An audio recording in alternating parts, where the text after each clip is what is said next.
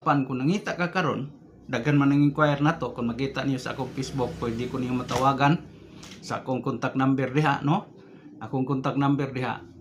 Pwede ko niyo matawagan daan para sigurado nag-abot nako. Ay nag-abot niyo diri sa kuha, maabtan ko ninyo, no? So atong schedule kung kanus ka mo anhi, ang inyong buhaton salig lang, too. Unya pag-abot diri na ako ipainom ninyo, mag-check up ta sa inyong dugo, mag-check up ta sa inyong blood pressure, check up ta sa inyong kidney. Apan kung pananglit, wa gid mo'y kwarta, no? Kalagmitan man gid karon, labi na niata karon sa krisis nga kinabuhi, wa tay kwarta. So dool mo na to, naara ko sa mental, no? Dinhi sa mental.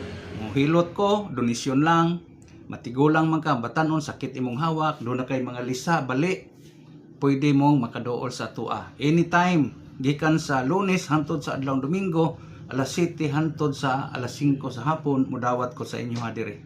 Ang inyong buhaton, salig lang too, unya voluntary lang na mo ikahatag na to, maray kong dawaton, di ko moingon ninyo, pero doon ako ipainom nga tambal ha, inag-abot ninyo dirhi, muhilot ta, muhaplas ta, muhilot, nga inyo lang kabubuton ang inyong ihatag. Mupainom po kog mga tambal, di ka kabawas, maglisod kag pagpangihi, o mutambag po ko ninyo unsay mga klasiha sa mga dahon-dahon diha, mga sagbot, mga kahoy nga pwede natong gamiton diha sa ato ang sakit nga gibati karon. So usbo na ko ha sa tanan, taga Davao ka, taga Duol ka, so ako din gipangamusta kani ako ang mga customer, no? Si Samuel Mendoza, no? Dinhi sa gihapon sa Nyoloon. Kumusta man ka? Brian Carlo Limbaga, no?